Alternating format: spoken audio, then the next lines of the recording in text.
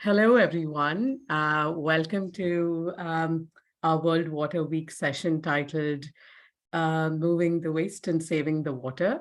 We're very excited to have you all with us. Thank you for taking the time to join our session this morning, afternoon, or evening, depending on where you're joining us from. The goal for this, my name is Deepa Karthikeyan. I'm part of an organization called Athena Infonomics, and this session is co-convened with AFWA. I have Mbai, my co-convener here, and Athena Infonomics. And in today's discussion, I think we have a set of really interesting speakers coming from cities, from utilities, and also private sector service providers who are all going to come, who are all going to share with us some very creative ways in which they've intervened and helped organize safe emptying services in these different city contexts.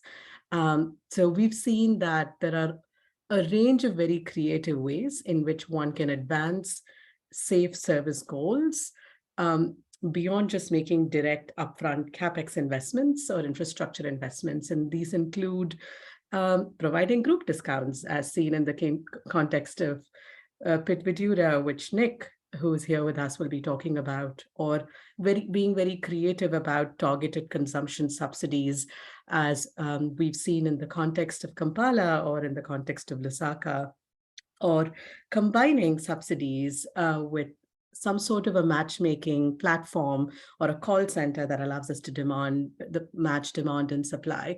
So there are all of these really interesting ways in which one can organize and intervene in the emptying segment to really advance safe services, and simultaneously to think about ways in which we can be more efficient and reduce costs and become more formal at the same time, which is how can we advance safe, dignified work for the people that are delivering the service, and at the same time provide safe, high quality services to the customers at affordable prices. So in today's discussion, we're going to see interesting presentations from the Kampala City Authority, from the Lusaka Water and Sanitation Company, to government service authorities that have done some very creative things on the one hand. Pit Vidura from Kigali, that's done some really interesting thing as a private service provider, and PASA as an association that can then present and share their experiences around how, as an association, what their experiences have been about the ways in which they've engaged with the service authority and what's worked for them and what hasn't. So with that, I'm going to hand it over to our first speaker. Julianne's joining us from the Kampala Capital City Authority. Julianne is a program coordinator for the Private Sector Development and Sanitation Program in Uganda, and has been co-leading some of the thinking around the subsidy design for KCCA in collaboration with Alan and her other colleagues who are all with us here as well. So Julianne, without further ado, I'm going to hand it over to you to kick us off. Please go ahead, Julianne. Thank you very much, Deepa, and good afternoon, good evening, good morning to our participants on board. Mitra, you could put on the slides. Go ahead, Mitra.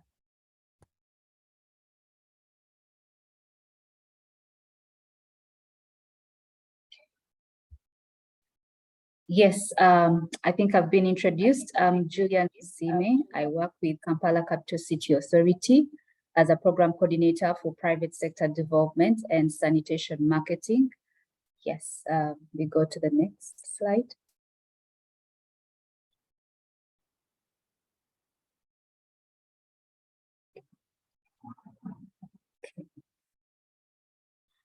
Okay, I'm here to share with you our journey when it comes to subsidies, when it comes to citywide sanitation services in Kampala that are geared to improving sanitation in the city, and also at the same time trying to conserve our environment and our water sources.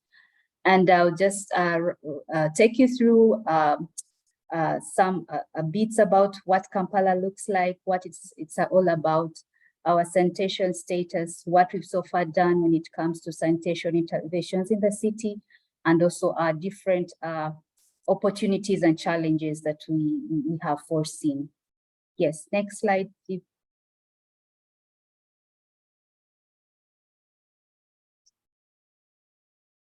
Yes, Kampala is the capital city of Uganda, and it is in sub-Saharan Africa. It is one of the fastest growing cities in sub-Saharan Africa with an urbanization rate of 5.2%. And our population is 1.5 to 2 million people per day. And this is the resident population. For Kampala, we are a bit special. We have the resident population and we also have the day population. So the resident population is close to 1.5 to 2 million people, and this doubles during the day. So as a city authority or as government, as we're carrying out our different interventions and planning, we have to ensure that we avail services to both the transient and also the resident population. It's a hub for different economic activities. We have lots of industries, a lot of economic activities that are going on in our city, commercial business enterprises that are happening. And it's also a cultural hub and also social center. In case you need to relax, you can come to Kampala. Next slide.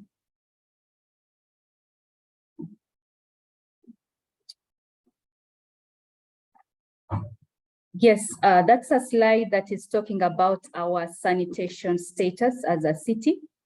And as we speak, we are at 61% of safely managed sanitation, or our safe eco sludge. And here we are looking at how much are we managing, how much sludge are we managing, how much is it that is going unmanaged or going into the environment. And as it trickles into the environment, it drains into our water sources and contaminates our water sources. So as an authority, we have to ensure that we tackle the 39% that is currently not well managed in the city. And when it comes to access of clean water, we are currently at 95%, having access to protected water sources. And by the protected water sources, we are looking at the piped water that is really recommended for use in terms of using and at home and any other commercial work that anyone may be doing to avoid any kind of disease that may come up as waterborne due to use of poor or unprotected water sources. And when it comes to sanitation, still under the toilet coverage, we are looking at how many people are accessing toilet facilities, and we are currently at 99% of our population in Kampala city having a toilet facility, and 1% of our population still does not have access to a sanitation facility. And we have 54% at the moment accessing pit latrines, and 35% at septic tanks. So we currently have a total of about 89% accessing on-site sanitation services, and we are at 11% when it comes to sewerage network in the city. And you find most of the sewerage network is within the CBD. And when it comes to collection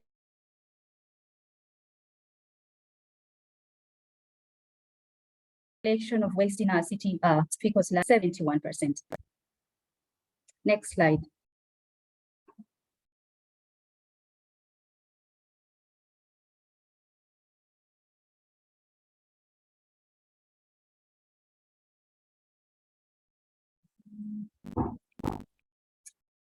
Yes, when we talk about Kampala city and how are we trying to support, how are we taking care of our city, how are we providing or availing the required services in the city, and why are we also investing in sanitation in the city? And I will also mention Kampala is in the periphery of the Lake Victoria, and Lake Victoria is one of the freshwater lakes in Africa and the second largest in the world. So we have that advantage of having water access to water from a freshwater lake that we need to protect as Kampala.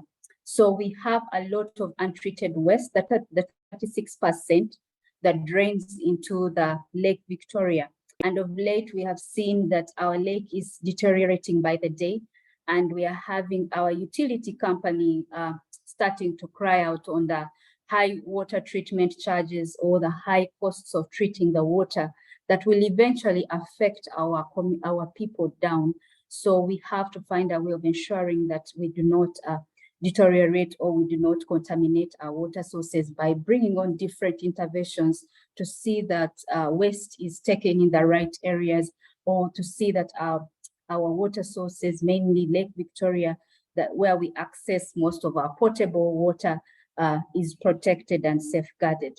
And also as an authority, we invest a lot to ensure that we safeguard our public health, our public and our environmental health. We don't want to have epidemics and all sorts of diseases breaking out in the city, which will also bring more burden onto the authority and also on government. And those are some of the reasons why we invest in sanitation as a city or as an authority. Yes. Next slide, please. So over the last 10 years, we've had several interventions when it comes to sanitation, citywide sanitation service delivery or improvement in the city. And all this is geared to improving sanitation in the city and also improving, protecting our environmental health and also the public, protecting the environment and also public health. And we just put down some of the different interventions. For example, we currently are working with the utility, National Water and Storage Corporation, that is improving or that is increasing currently the treatment capacity. We've realized that the current treatment plants are not enough to hold all the sludge that may be coming out of the communities due to the demand creation that we're creating in the communities. And right now we are in processes, or some of the new treatment plants are in process of being constructed to increase that quick treatment capacity to ensure that the waste that is collected from the community is taken to the right place and not thrown or disposed of anywhere to pollute our environment. We're also looking at we've also been looking at supporting public institutions, ensuring they have the right containment facilities to avoid the underground pollution. And we've put in place different models of sanitation facilities for the students and also for the health centers, so that people are able to access the right sanitation facilities. As we give these facilities to our people, we're also trying to safeguard our water sources, having facilities that are constructed on that are of the right standard. And we focus a lot also on the fecal sludge management in the city. And with this, we are working very closely with a vibrant private sector that we have tried to build and put together and support to get on board and develop their businesses, as they also support us in serving our communities in the city. And we are doing this also through creation of an environment for our private sector, enabling environment for our private sector and other sanitation actors that may come in to support the city to ensure that we avail the right sanitation services and avail our efficiency to our communities to see that they get what is required out of government. And we've also embarked on increasing our storage network, working with National Water. We are currently at 11% sewerage coverage, but we envisage to be at 30% by 2030.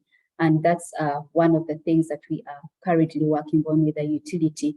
We've also gone ahead to come up with different, we've also developed a citywide service delivery plan, and this is to guide on the incremental investments that have to be done in the city with the guidance of the master plans that are already in place.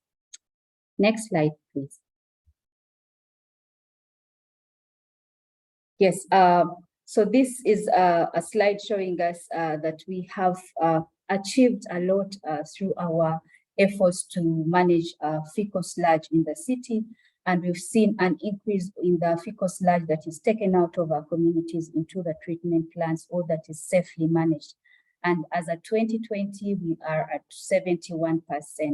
And this is also attributed to the different interventions that is, and specifically the subsidies that we've been availing in the communities, catering for the vulnerable urban poor, for them to be able to benefit, because these are at risk and of causing disease in the environment, in the city, or disposing waste into the environment that will later on affect the city. So we have tested several models and under the household emptying subsidy, and also we have one of another subsidy which looks at containment. But for today, we shall focus on the emptying subsidy. Next slide, please.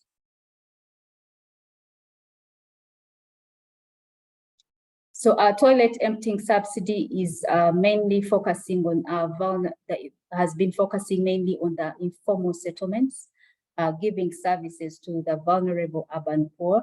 You will find that sometimes when you give subsidies, they may not reach the actual targets that you're actually looking at. But for us, we were very intentional, and our target is the informal settlements, and we have seen them get the subsidies as we planned or as required. And our overall goal is to ensure that all the sludge is removed from the communities, and there is no pollution of the environment with the sludge. And specifically under this, we are looking at designing of an appropriate model that can work for the city and that can also be sustained in the city when it comes to availing subsidies in our capital city of Kampala. And also we are looking at also coming up with an affordable price point. What is that price that the community or the household or whoever it is responsible for emptying in their household, what is that price that they're actually comfortable with? So getting that price point is one of our main objectives as we model, as we structure, or as we pilot our subsidy of emptying in Kampala, and also analyzing our access levels when it comes to the subsidy emptying, and also looking at our vulnerability, and also how is the population distributed in the city. And I'll also take us through our approach when it comes to implementing the subsidy. We have put up a model or a design that we actually follow, and we have we do mapping of the beneficiaries in the intended areas of emptying, and this is done using the spatial mapping that we actually have in place, getting those red zones, those areas where who may actually require the service or they may be in need of the service. And then also we have to define the service delivery packages, what kind of services are required by the different settlements in the city. You'll find some settlements may require a particular technology and the others may actually reject it. So packaging the service deliveries services is also important. And also we also work very closely with different stakeholders that support us in organizing, in designing. Julian, sorry, I'll request you to kindly wrap it up. We're almost up on the time for this presentation. Okay. Thanks. Yeah, yes, Julian, you can take about 2 more minutes, please. Yeah, go ahead. Yes, thank you very much. So when it comes also the implementation, we work very closely with the different stakeholders on ground to support us in identifying the different beneficiaries on ground, and so that we avail the subsidies or the services to the right beneficiaries, and we later on carry out an evaluation of the services given. Next slide, please. Yes, I think I've talked about this. We have a map that shows different locations of facilities in the city, the spatial analysis. And then we also have areas where we focus on as we're giving the subsidies. Those in red, the red zones, those that are usually cholera prone. We used to have lots of cholera. So those are our focus areas as we give out our subsidies before we go to any other areas. So next slide, please.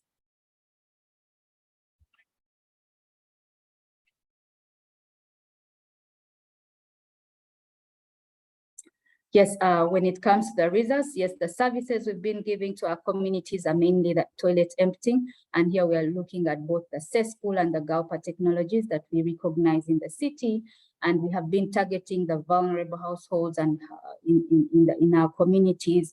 And also we support in emptying community toilets, because you're going to find a community that is using a particular toilet and you're not going to leave it full when they can actually pay for it. And then we also have a subsidy design, varying different pricing scales based on the subsidy model that we are testing. And at the moment, we have been able to come up with a successful subsidy model that was actually very much participated by the population.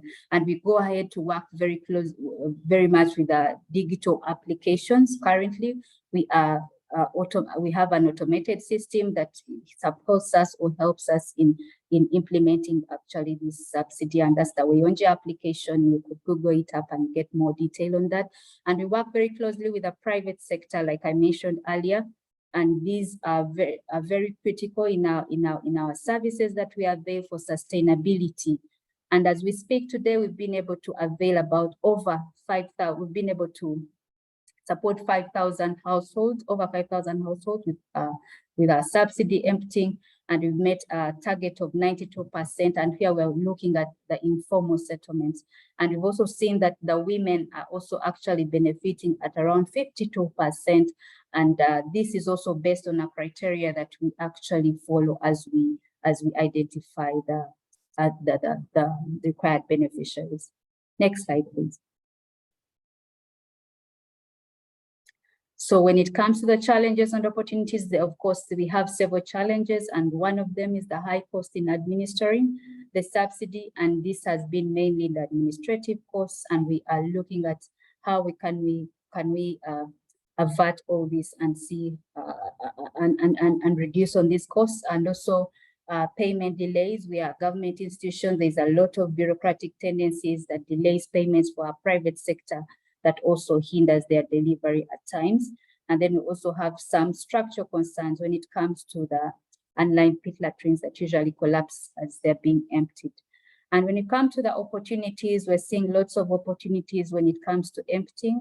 And our focus is now looking at the vulnerable urban poor, that they actually need the services, and coming up with a group emptying or scheduled emptying in our communities that at a subsidized price, so that we are able to take out the sludge from the communities at a price where the community is able to actually pay. And we are coming up also with other technology innovations to improve on efficiency and upgrading our toilets in the community to ensure that they have emptyable toilets that may not affect the emptying in the community.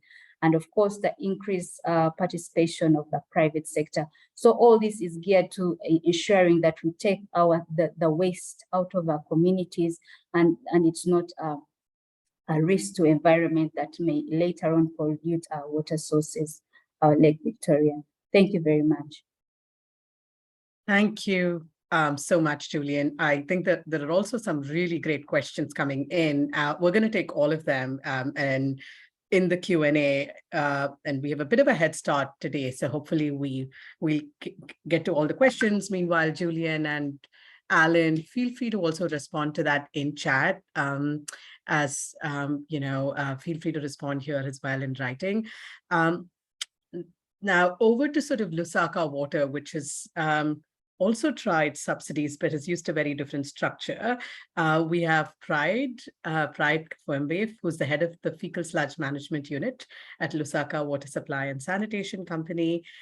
Pride, in the interest of time, I'll be grateful if we could kind of go to the core model, the design, the motivation, and what you see is working, and kind of maybe really, skip some of the context slides and go straight to some of the core features on the model. Pride, that would be amazing. Go ahead, Pride. Thank you, Deepa, for that introduction, and welcome everyone to this session. Yeah, so this is how my presentation has been outlined. We can go to the next slide.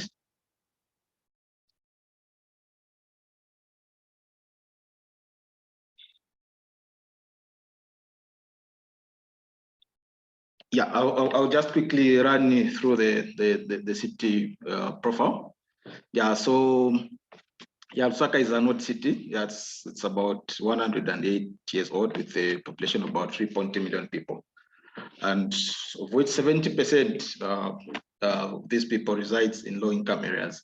And when we come to sanitation, about 11% rely on sewers, then 85% rely on on-site sanitation facilities such as pit latrines and septic tanks. Then we have open identification of 4%. Then in terms of water production, we have two sources, that's groundwater and surface water, with a daily demand of 275,000 cubic meter, of which 60% comes from groundwater sources, which is vulnerable to fecal contamination. And then when we come to the sheet flow diagram, we have about 17% of the waste being safely managed and 3% being unsafely managed. Can you go to the next slide?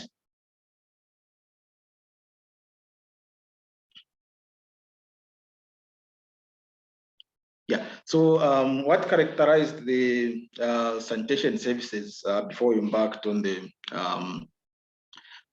performance-based contracting model? So we had the septic tank services with the vacuum truck operators servicing the medium and high income customers. Then they were not targeting the pit latrine market.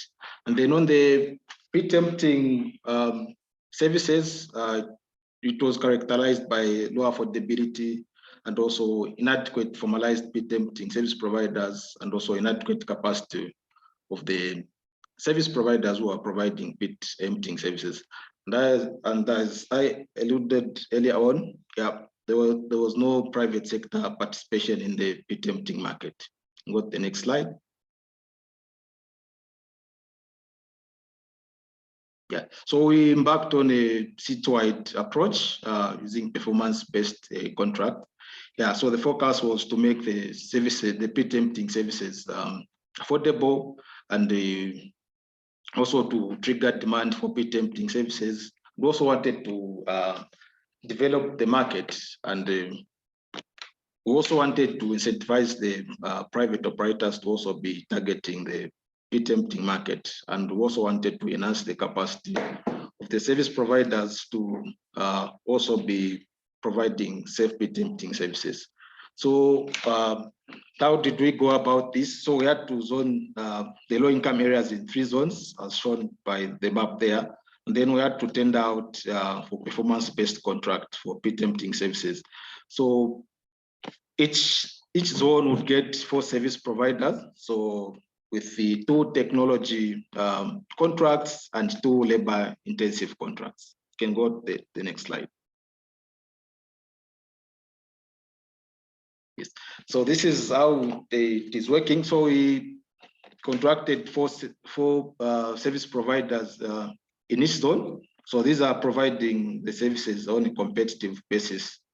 And in terms of payments, households are paying a fixed subsidized emptying fee for volume of the waste removed. So this is paid directly to the contractor. And then Lusaka Water pays the top up to the contractors, and then these payments, like the top up the contract is to the contractors, is linked to the performance of the contractor. So we have 12 contractors in operation. So this is just a summary of how the performance-based contract is working. So the operators are providing emptying services to households who pays a subsidized emptying fee directly to the operator, and then the operator disposes the waste at the treatment plant, and then pays a disposal fee. So at the end of the month, the operator prepares a performance report, which is subject for verification. And once the verification is done, the verification report is done, and the subsidies, the top-up subsidies, dispersed to the operator. You can go to the next slide. Yes, so this is how the payment is structured. So as I said earlier on, so it has two components. So the household is paying a fixed fee based on the volumes emptied, and also Lusaka Water is topping up the top-up subsidy to the contractor based on the volumes they deliver at the treatment plant. So the emptying fee has been gradually increasing on an annual basis. You can go to the next slide. So what has been the impact so far since we embarked on this approach in 2020?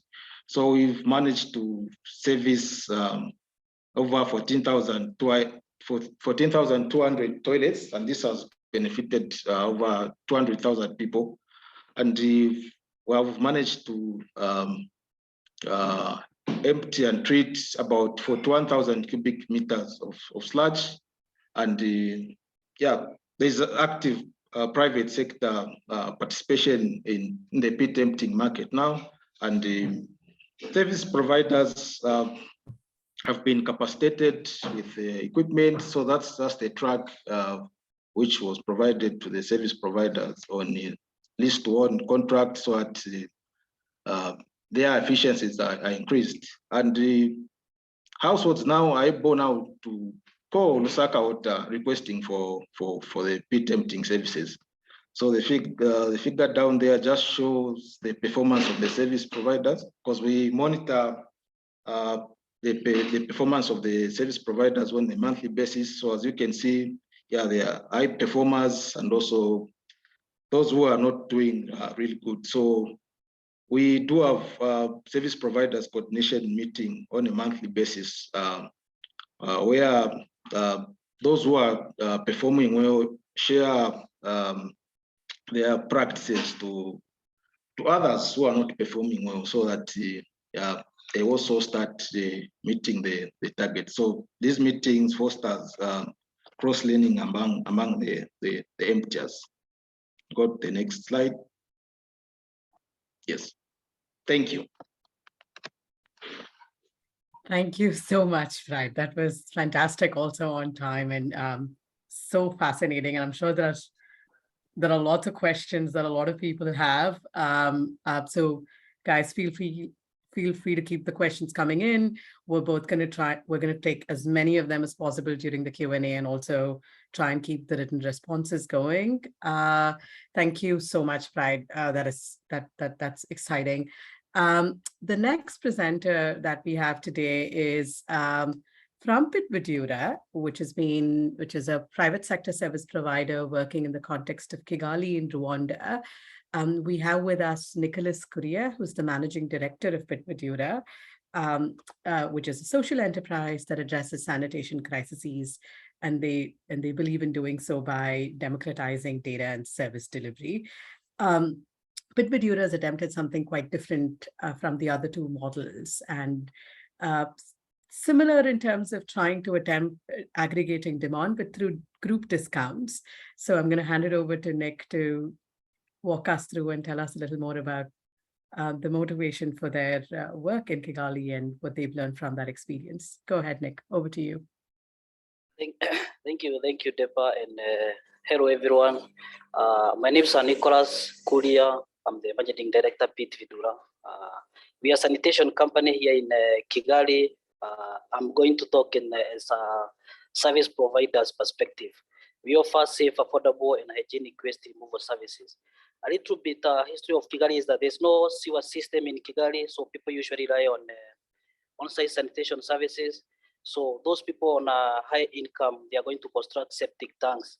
But for the informal low-income areas, which is about 60% of the 1.2 million who live in Kigali, they usually use pit latrine, which usually require emptying when they fill up.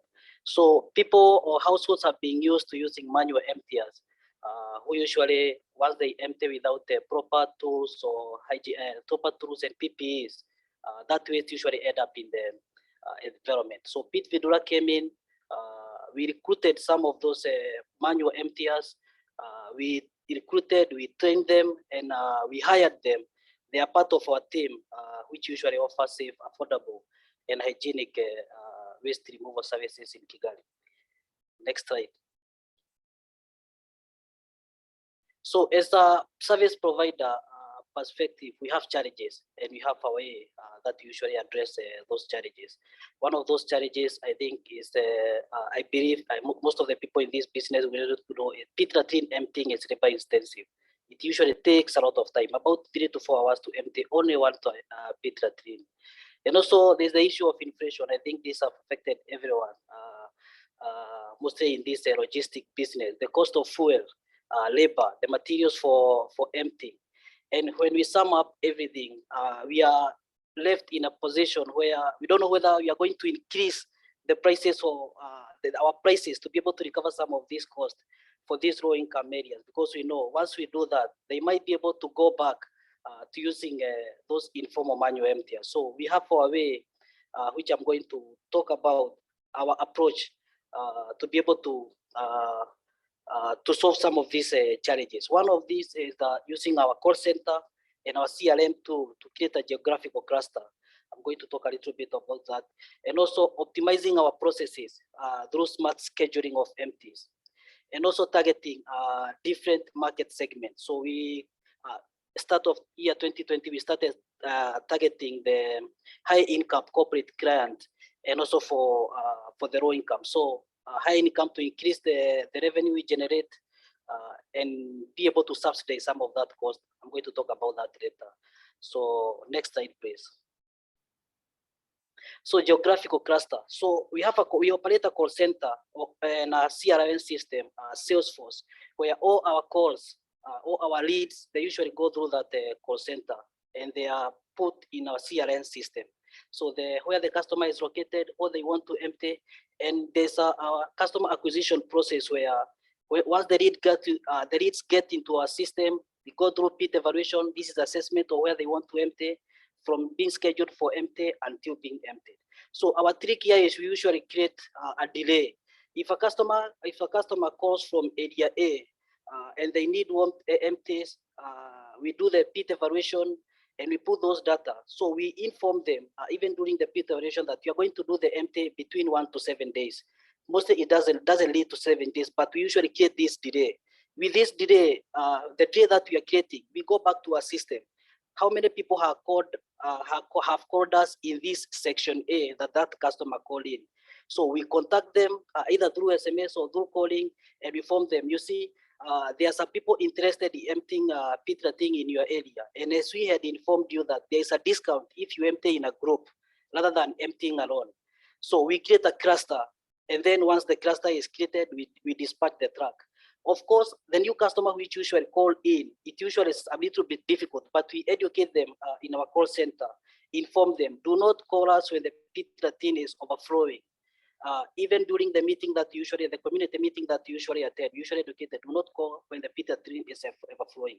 For the repeat customer whom have already understood our service, they usually call us even in advance. Can you schedule for me maybe next week or maybe this day? And it gives us a time to go into that location in our system and look for all those people who are interested in the service and contact them, and we create a cluster. Next slide. So where, as I said a little bit earlier, that pit latrine emptying is labor intensive, and we are talking about creating cluster. That means we can be able to get a lot of people who want to empty pit latrine in the specific location, but can we be able to do that? So we usually collect each and every data point in our area of operation, whether it's for LTC time from the lead calling until the lead is emptied. And also when we dispatch the truck, we want to collect each and every data in each point. When how many hours that the truck drove from the parking to the customer. When we reach the customer, we want to collect the data of the time it took us to preparation, the time it took us for pumping, removing the solid waste, the trash fishing. And the reason we are doing all this is we want to identify the bottlenecks. We want to identify where we are spending a lot of time, so that we can be able to put measures. If it's the pit trash fishing currently is usually the main challenge, removing this solid waste in the pit latrine. We start working on that area. If it's driving in area A, maybe at this time, you cannot be able to schedule customer at this time, because if the driving usually take a lot of time. So to make this decision, we collect data. We collect each and every data from the lead data call in. We want to measure, although we are creating this delay, we also don't want to lose lead because they are waiting on our system. So we have a LTC time that we usually collect. And all of this data we are collecting is so that we can be able to make a data-driven decisions, whether in clustering or whether on optimizing our process. And as Depa said, we are looking to open our data sources, that these data can also be useful to other service provider or to the utility company who are looking to improve the fecal sludge management. Next slide. So the other thing which are in work in progress, and I said we are targeting corporate clients and low income areas, is at the year 2020, we started targeting this corporate client. We have been working on the low income areas, but we saw that we need some subsidy because serving in the low income areas is expensive. And we also know there is this high income area people who are willing to pay even premium prices. So we started targeting these high income areas, and we created a financial model through our consultant, EY consultant. They help us with this financial model. It is still on work in progress, but what we envision is that we are going to have established our market in a high income area, and we can be able to subsidize some of our costs which we are incurring in the low income areas, and make the services in informal low income areas even more affordable. That's what we envision, and that's what we are working on with this financial model. Another small thing, maybe I call it a small thing, that usually we take in consideration is that the sludge transfer. If you are planning to serve 5 people in a cluster, and we have to drive 18 kilometers to the dump site to take that waste, it is going to take us a lot of time. So we usually use the big truck, 20 cubic meters, as a transfer station. Is the only, so when you are scheduling, the person who is scheduling has to put into consideration that this truck serving in low income areas does not go to the dump site. So we have the truck, we have a way that that truck serves as a transfer station. Initially, we would love to have a transfer station, but for us, we are using our trucks as a transfer station, so that we can be able to serve even a bigger cluster in the low income areas without to and fro going to the dump site. So it's this small thing that usually help us in our operation. I can cost maybe a small thing, but they usually help us a lot in our operation and be able to save some costs. Thank you, Nick. Nick, I just a quick time call. If you could wrap up in a minute. Please. Yes. Sorry. Yeah. So currently we have served over 4,000 customers, and these are about 80% of these they are households, and these 775 they are corporate. The reason this number for corporate is low, as I said, we started targeting this market segment in year 2020, but we hope that this number is going to increase once we create our once we establish our market in this this market segment. We have trained and equipped some 6 manual emptiers. These are people, they are our ambassadors, and this channel, we have a marketing channel, and this employee channel, we have incentivized our employee to refer some customers, because they know the people who require the services in their area. So these are one of our best performing channel, because these former manual MTs, they know their communities, they know people who require emptying. So this one of our best performing marketing channel, and they are happy to be our ambassadors. They don't fear saying that they work at a pit emptying business, because now it's formalized. Yes, and we have all of these waste which are being removed from the communities and safely managed. Thank you very much.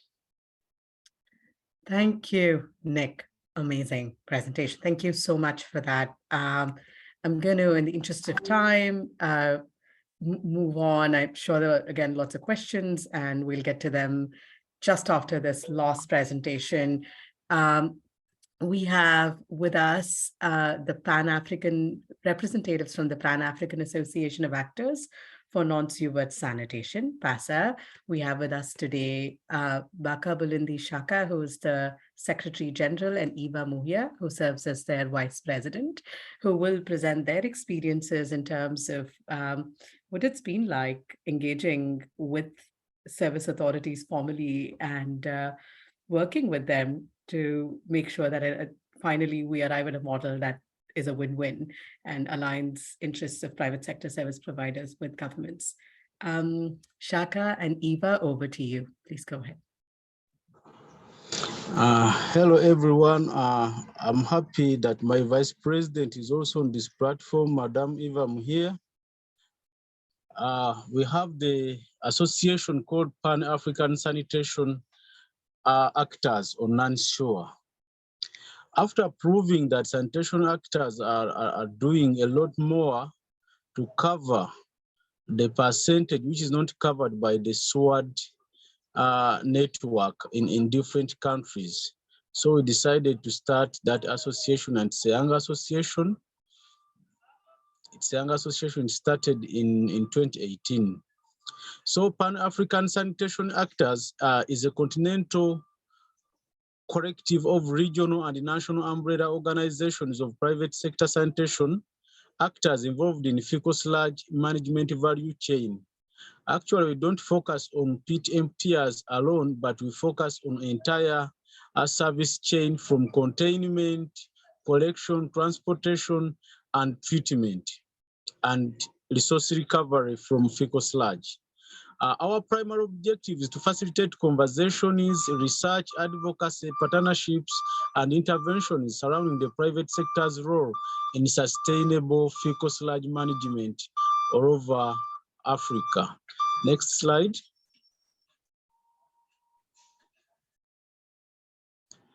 I've actually talked about how PASA originated, how old it is, but it's an organization representing organizations of private sector sanitation actors from 22 African member states.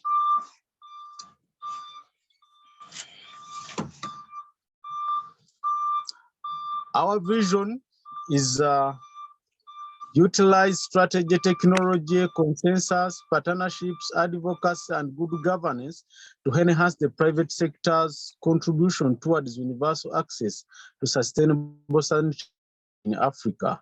And we actually aligned it to different sustainable development goals. That is Sustainable Development Goal 3, Sustainable Development Goal 6, and Sustainable Development Goal 11.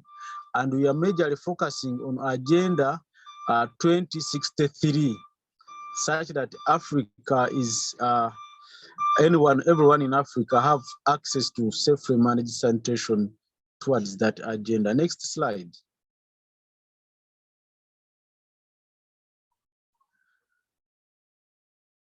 So that is a snapshot of sanitation in Africa,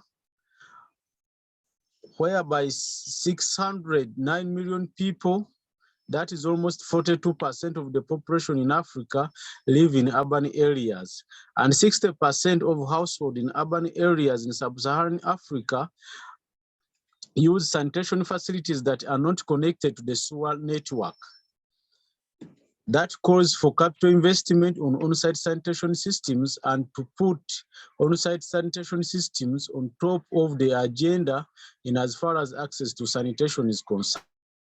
So 60 million residents in sub-Saharan Africa move into urban areas every year, and 1 in 4 urban residents in sub-Saharan Africa live in informal settlements with inadequate housing and limited access to sanitation. That puts it to only 47% of fecal sludge in sub-Saharan Africa, which is safely managed as of now. When it comes to sanitation entrepreneurs in sub-Saharan Africa, handle over 35,000 tons of fecal sludge every day. Next slide.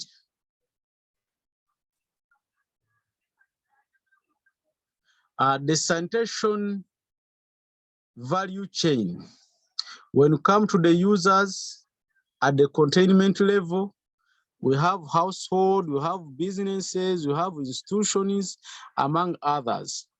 Then we proceed to sanitation entrepreneurs, where we have mechanical emptiers, manual emptiers, solution providers, and low-income sanitation actors. Then we proceed to utilities, where there are water utilities and water companies and municipal councils or cities. Then we go to authorities, where there are regulatory authorities, county governments, some countries have local governments, cities, and finally national governments. But they are all focused, the partners which are there to facilitate the sanitation value chain. It is the regulations and legalization of sanitation actors. We need to have clear policies in regard to sanitation and public-private partnership frameworks to facilitate the entire service chain. So PASA is majorly focused on those 3 agendas. Next slide.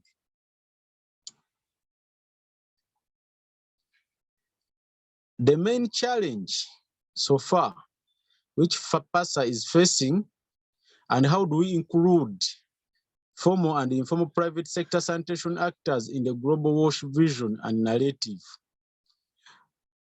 At awareness level, are private sanitation actors aware of and aligned to the global WASH vision and narrative? That is a question to all of us. How many private sector actors, sanitation actors, are there? What is their specialization and the capacity by volume handled in the sanitation value chain? We talk about these conversations, but we miss out data because we don't know the sanitation actors all over the continent, the challenge they are facing, what is their capacity, which volumes do they safely manage. When it comes to capacities, do private sanitation actors have the technical capacity to understand and align their operations to the global WASH vision? It is also a question to all of us. And when it comes to standards, what professional standards do private sector sanitation actors adhere to? And how do we formalize their operations so that they can benefit from financial inclusion? You find most sanitation actors have no access to finances, and some local governments and government institutions are too far from these sanitation actors, and governments make commitments towards Africa sanitation programs and international level, but these are the people that implement those commitments. But sometimes they are too far away from government institutions and decision makers. That's why PASA comes in as a continental organization to mainstream private sanitation actors in Africa into the formal economy and the global WASH narrative. Next. So PASA's strategy towards that conversation. We have partners in WASH, that is UN bodies, the Bill and Melinda Gates Foundation, among others. Then Pan-African sanitation actors will have to do baseline studies, IGI, policy gaps, human resource, value chain mapping, that's mechanized and manual, empty as service providers, among others. Then regional sanitation actors will have to majorly focus on innovation and technology, industry standardization, that is self-policing and operational standards.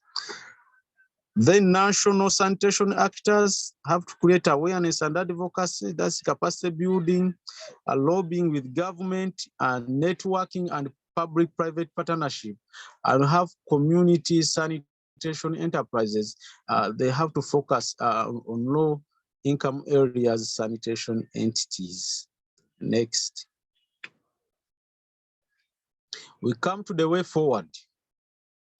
They are not written, but let me there them out. As far as access to safely managed sanitation and why government is supposed to focus majorly on subsidizing the sector such that can increase on demand creation of emptying by its natives.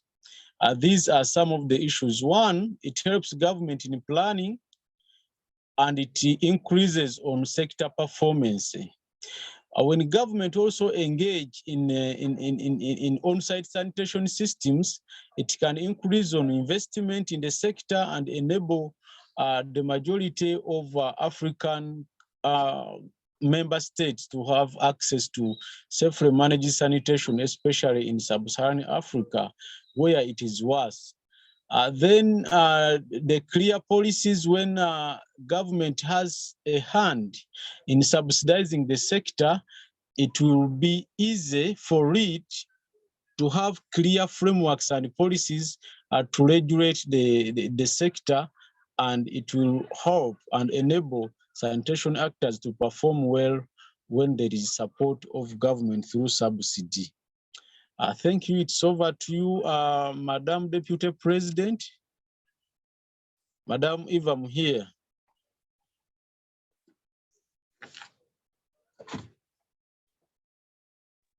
Eva? Hello, everyone, and thank you, Shaka, for the good presentation. Probably it's going back to the slide where we have the arrows of utility, the users, and maybe I could just want to mention something around that slide. Not that one, the one that we have the users, the utilities. Yes, that one. That one. If you look at that slide, you'll find that the golden arrow, which represents the fecal sludge management, is going back and forth towards the utilities and the municipal, for the water utilities, the municipal utilities, to the regulatory authorities, to the county government, to the national government, to the city governments, depending with which country you come from. But if you look at the arrow, it's missing within the sanitation enterprise and the users. And so what PASA comes in to facilitate is to bring that arrow into that conversation. Because how is the user or the household going to reach the regulatory, or how is the household and the businesses able to meet the county government or to meet the national government? So we look at PASA as this table that brings in the interest of private sector into this conversation so that the arrow can be back and forth, that when we're having discussions of regulation and legislation, that there is representation of private sector, because most of the time it is asked, we want to invite private sector, but we cannot invite individuals. So PASA comes in handy as an organization that is able to sit on the table and represent the sanitation value chain. And when we're discussing policies, where are the gaps? Who is picking out these gaps? Who is looking at the gaps and the mapping of a private sector? So PASA comes on board to be able to allow the arrows to be able to be back and forth from the businesses to the county government to the national government, from manual emptiers, having conversation with the national and the county or the city government. And when the PPP frameworks are being structured and formulated? Who is sitting there? Or is it just put down into us and we find that it was already done and without looking at the challenges that we face along the path? So PASA comes in on board to be able to have this conversation and to be amongst those that sit in the table to represent the private sector, having heard from the private sector themselves. So thank you very much. I just needed to emphasize a bit more on that slide. Thank you for having us in this panel. Thank you. Thank you very much, Eva, and of course, Shaka and Eva, for emphasizing the value of a platform like this to represent the private sector formally in government engagement and interaction. So thank you so much for that. So now to the Q&A. I think there's lots of great questions, and I'm tempted to lead with the question that Liz raised from IRC around scale. Particularly, and I think this goes back to Lusaka Water and Kampala City Authority, where from here, I also want to tag along a few points that are critical in that context, because we know, and I think Nicola from Opera Solutions pointed to the unlined pits collapsing. So we know that the emptying subsidy in itself may not mean much unless it's combined with some support for on-site system upgrades. I'd love to, maybe Pride, we could start with you. Where do you see Lusaka Water going from here? What does scaling this further look like? And maybe you could respond to this piece around combining emptying with on-site system support, as well as what you do with the sludge. Please go ahead, Pride. Yeah, thank you, Deepa, for that question. Yeah, so in terms of moving forward as Lusaka Water, so fecal sludge management, it's a service which has been institutionalized in the utility, because yeah, the mandate was expanded for utilities in Zambia to also focus on fecal sludge management and on-site sanitation. So this is a service which has come to stay in the utility. And regarding upgrading the on-site sanitation facilities, yeah, we've through the Lusaka Sanitation project, we've been upgrading toilet facilities in selected very urban areas in Lusaka. So the target was about 5,500 toilets, and they've all been upgraded. Yeah, of course, there is the demand is huge, because that 5,500 is just like a drop in the ocean. So yeah, we intend to scale it up to the whole city, because the containment really has a huge impact on the subsequent emptying and transportation services. So, and also regarding the partnership with the private operators, yeah, yeah, the utility appreciates the private sector in meeting the sanitation needs of the city, and going forward, really, we are still working with them, and we'll still be working with them so that they deliver this service in a coordinated and regulated manner, because the regulator, NOSCO, the National Water Supply and Sanitation Council, has set up some guidelines on how to deliver safe fecal sludge management services. So we'll still be partnering with the service providers so that we deliver safe services to everyone in the city of Lusaka. Thank you. Thanks, Pride. Julian and of course, Alan from Kampala. What about Kampala? It's a pilot right now in some locations.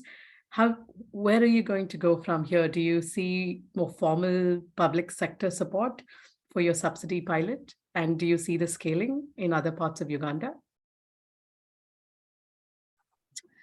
Yes, thank you very much, Deepa. Yes, I'll say it's a yes. And the pilot has given us some learnings, and from these learnings, we're trying to come up with a model that will be able to be replicated elsewhere. And besides the replication, before we actually go to the other towns in the country or cities in the country, we first of all have to know the context of those areas, because what may have worked in Kampala may not work in another town. So understanding the context of those areas is very key. And we have come up also with a model on how we can do some studies, feasibility studies, before we can actually implement or come up with a structure model in those other towns. And we currently have a mentorship program in place, the peer-to-peer learning, where Kampala is supporting other towns and other cities to carry out the different interventions and learning from us, and also avoiding the mistakes that we may have done in our side, and also supporting them when it comes to sanitation. And we've also seen several partners coming on board and getting interested in supporting our communities.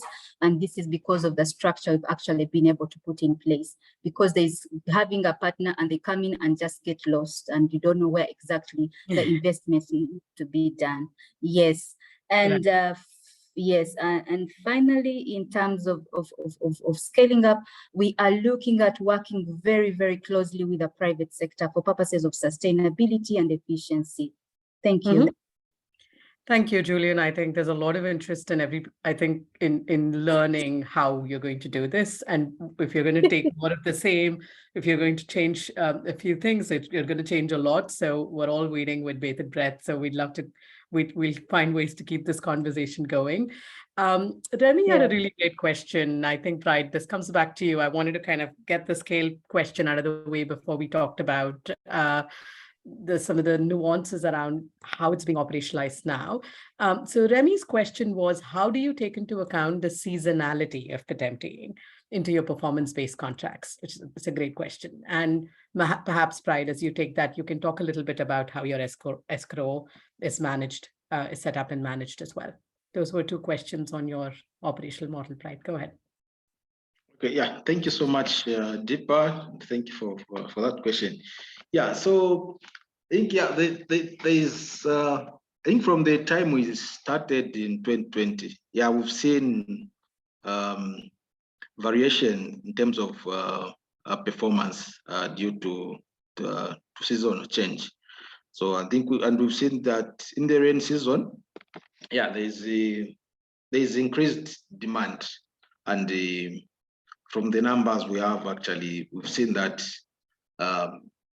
the performance of most of the service providers goes up because there's increased demand from the community to have their facilities emptied. And also during the dry season, I think we've from the period from the 2.5 years we've been working with the private operators, we see a drop in performance in most of the service providers. But yeah, their payments, as I mentioned, is linked to the volumes they deliver. So yeah, during the rain season, yeah, they really perform well, and during the dry season, yeah, there's that drop. Of course, from the numbers we have outliers. We have about 2 service providers who really hit their target despite the seasonal change, because they've got huge capacity and the way they've organized their team. Yeah, so there are those variations. Then when we come to the escrow account, yeah, so this was just a dedicated account where the subsidy is dispersed. So the reason for setting up this dedicated account was to avoid delays in paying top-up subsidies to the service providers. So that account, that's where the top-up subsidy was sits actually. So once they claim their top-up subsidy, money is just gotten from that account directly. So there are no further delays in terms of, yeah, there could be delays, but yeah, that account was set up so that there are no delays in terms of paying the service providers their top-up subsidy. And I think it has really worked well. Awesome. Thank you, Pride. Thank you. It's fascinating that the private sector has a way to manage revenue risks, right, around seasonality and reorganizes itself to make sure they don't lose money. I think that'll be fascinating to learn more about. Thank you so much for that, Pride. There's a really interesting question to pit with you, Nick, about how are you managing the sort of differential kind of pricing, like where you have some households cross-subsidizing others? How has that worked? I think that's a great question in terms of how will you manage to make that work as a private sector service provider? Is it sort of playing on information asymmetries in the market? But Nick, it'll be great to hear from you on how that model's worked. Yeah, I think first of all, the community, when you are going to do the assessment, and you explain to the customer that you're going to save some money if you're going to empty in a group. Actually, some of the customer usually say, actually, I know my neighbor had it, but because people know each other in the community, they know some of the problems. So some people usually refer the neighbor, go talk to my neighbor, I know they have this problem too, we can be able to empty together. And also when we are when you are going to a corporate client or like an institution, and we form them of a model, like this job that you are giving us, some of these costs, although the mathematics of it is still we are still processing on our model, but when they know the concept of giving us the job in the corporate, also supporting the work that we are doing in the community, it's usually a selling point. And there are some organizations who usually love what they do, and they be able to give us work, knowing that we are also they are also supporting our work in the low income areas.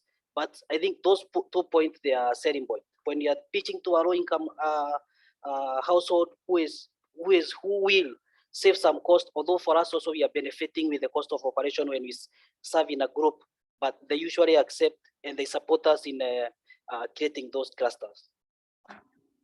Awesome. Okay. Thanks, Nick. Thank you for that clarification.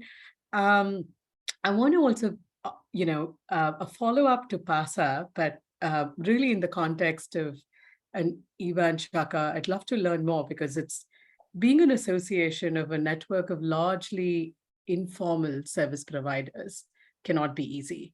So how do you manage to cultivate their trust, engage them, maybe even get them to share information and data that becomes useful from an advocacy perspective as an industry association? I'd love to hear your thoughts, Eva. I saw you go off mute. I'd love to get your thoughts on how PASA manages that. And just to follow on, there's a clarification from someone that said, do you only work in urban areas, or do you also do peri-urban, rural? So maybe Eva and Shaka, you could take both of those. PASA works closely with the National Associations of Sanitation Actors. Mm-hmm. Those National Association of Sanitation Actors are guided to include each and every sanitation actor in the private sector, from containment level up to reuse, because they are those ones that are doing treatment in different countries. They are those ones who are doing reuse from fecal sludge. So they focus on that. So we don't work with pit emptiers in cities or in urban centers, leaving the peri-urban and the rural areas. Our focus is to encourage the national associations, because they are independent bodies which are members of the Pan-African Sanitation Actors. So they have to collect all sanitation actors in the country into one umbrella, including the manual emptiers, the mechanical emptiers, and other sanitation actors along the sanitation service chain. How do we engage them? Because we are part of them for some good years. So we know the challenges they are facing. We know what can solve their problems. Sometimes the academia do research from sanitation actors, and they feel like not being open by disclosing each and every information regarding to their sector. Others fear that maybe we shall be imposed on taxes if we disclose like the volumes which we safely manage, something like that. But once they know that Eva is one of us, for some good time she has been in the sanitation space. So when Eva is seen everywhere in Africa, they are seeing somebody who has come up with a solution, who has come up with advocacy to improve on sanitation standards of sanitation actors. It's over to you. Just to add on what Shaka has said, is probably the approach that we have taken is, let me zero it down to the manual emptiers. When we go to the manual emptiers, it's very difficult to get information from them. But our approach to the manual emptiers, it is through the manual emptiers in the association. This year in Dakar, we put in our constitution that we have a representation of manual emptiers in the secretariat Ali Dubande, and we are looking at approaching Uganda and also Kenya, like Deacon, who are doing very great work, like in Kisumu, coming on board as the manual emptiers real themselves, looking at a situation whereby in the next forum like this, we will have a panel of manual emptiers organizing, doing the coordination themselves, because they are there and they are well educated. So we are looking into planning on how we can capacitate them to be able to get to this level where they can sit. Having said that, tomorrow there is a session where there's going to be, I think it's around 11:30, 12:30, about the unheard voices, where we brought in one of the manual emptiers, as he is as a manual emptier, to talk on his behalf. Nobody is going to talk on his behalf. So those are the encouragements that we are putting on both on forth ahead, so that we are able to understand each other. AFWA is here. I've seen Dr. Mbai online, where we are having these discussions with AFWA in their program for citywide inclusive sanitation to do capacity building for the emptiers in all stages and in all levels, and the ones in the sanitation actors. And the programs are coming very well, that which he has, Dr. Mbai has committed that is going to support that move. So these are the things that we are looking forward into PASA doing, both into the rural, identifying who is in the rural, who is in the peri-urban, who is in the urban.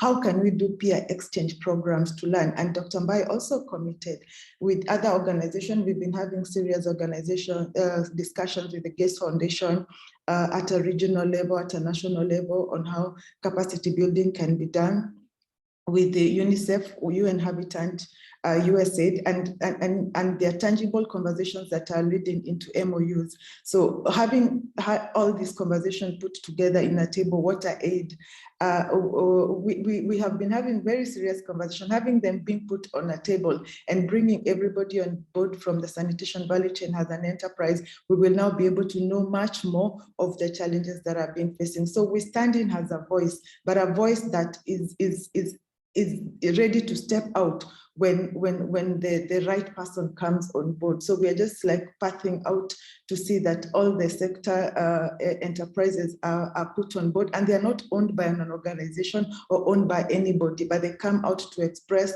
what they are doing and the powerful service they are giving to the community. Thank you. Thank you so much, Eva. That sounds amazing. And of course, Shaka, for those clarifications. I know there are a bunch of additional questions around what happens to the sludge. We're going to have an informational note as a follow-up to this session, where we're going to talk about some of the key facts around these models and summarize that. We'll share that with everyone who's been here with us today. So there will be an informational note.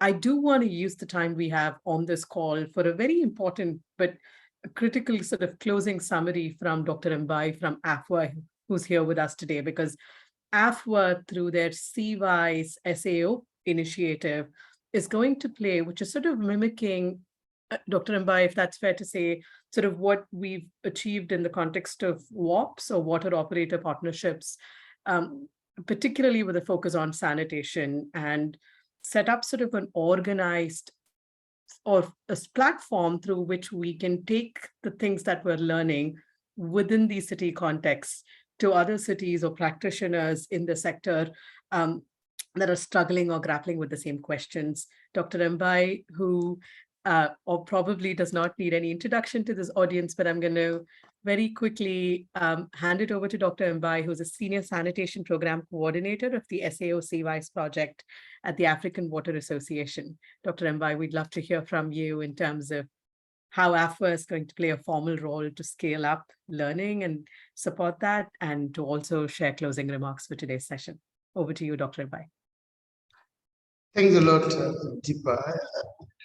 You are right. It is fair to say that, as Eva explained, AFWA is working in order to create some kind of enabling environment in the African continent in order to ensure that the service we are talking about will be delivered in a very good condition.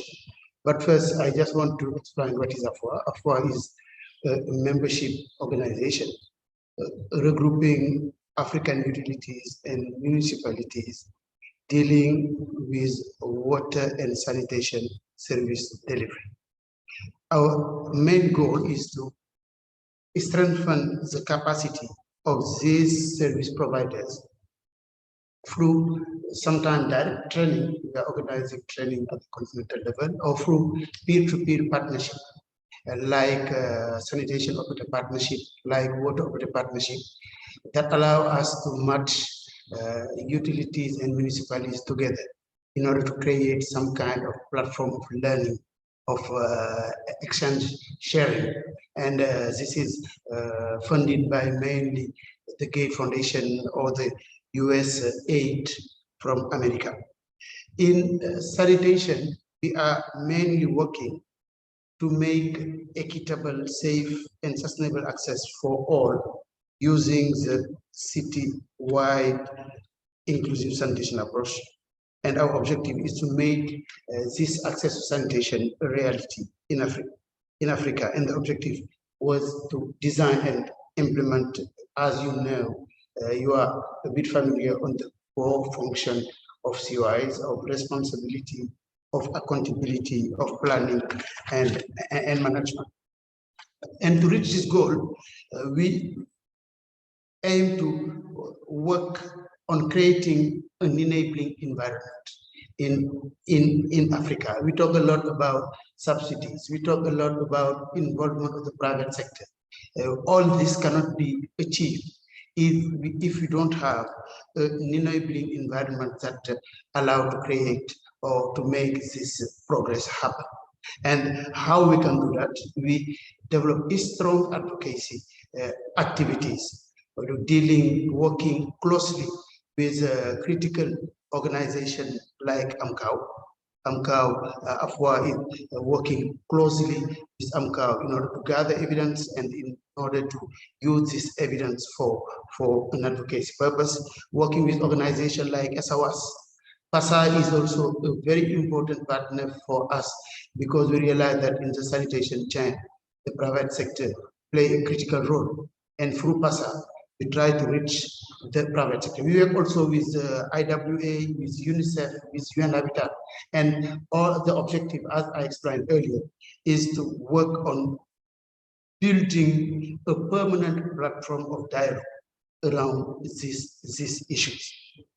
And it means AFWA want to be some kind of facilitated organization. We are facilitating dialogue. We are allowing organization to work each other.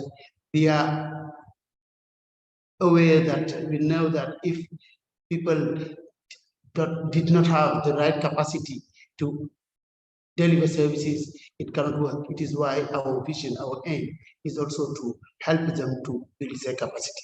As a wrap up also, I want quickly to talk about 6 takeaways I really retain from this discussion. We realize that subsidies is of tremendous importance. We cannot allow poor people and vulnerable people to access to sanitation if we don't think about subsidization. On collective sanitation, we realize that subsidization is happening. It is normal that in on-site sanitation, where the poor people are relying more subsidization play a critical role. It is important also to talk about innovation. Innovation is very important. If we realize with the presentation of Pete Vidura, the call center they implement allow to increase efficiency, minimize costs, and pass saving on to low-income household. And also in the presentation of Pete Vidura, we talk a lot about data. Data is very important. We cannot build sanitation services if we don't have in place some kind of national data system. It is important that we work on that. The clustering Pete Vidura talk about is based on existing data, and you cannot plan, you cannot improve services if these data are not there. This is why thinking about that is something very important. It is important also to get sanitation workers organized, formalized, in order to be involved in a public service system. It is important. This is why PASA play a critical role in Africa in order to achieve this objective. And also a clear regulatory framework and policies are also crucial for sanitation service delivery, especially if the aim is to reach the poor and vulnerable people. And finally, we need, as I explained in my speech, enabling environment. All these subsidies we talk about, all the informal private sector, we aim to reach cannot be happen if this enabling environment is not there. This is why advocacy takes a strong place in what we aim to. This is in a nutshell what I wanted to share as takeaway. And thank you a lot for inviting us to be part of this important event. Over. Thank you, Mbai. I think that was, thank you. Those were some really great insights. And we're going to continue to do this or sessions like these and structure conversations as part of a learning investment supported by the Bill and Melinda Gates Foundation on themes such as the ones that we talked about today. As Athena Infonomics, we're going to continue to work with organizations like AFWA, SAVAS, IWA, and others to continue doing this. So really grateful, Mbai, for this partnership. And I'd like to take a minute to thank all of our great speakers, Julian Musime from Kampala Pride, from Lusaka, Nicholas from Pete Vidura and Rwanda, Shaka and Eva from PASA, and of course, Dr. Mbai from AFWA, for really taking the time out and coming together to put this session together and to share their learnings. Special thanks to my team, Mitra, who's been working behind the scenes nonstop to put all of this together, and Ananya. So thank you all so very much. And thank you to all the participants for taking the time out to join us today in this discussion. And please feel free to reach out to us and we'll be in touch as we continue to do more of these and have more of these learning discussions. Have a great rest of your day and great week ahead. Thank you all for joining us. Thank you. Thank you. Bye. Thank you. Thank you. Bye. Thanks. Thank you. Thank you. Thank you.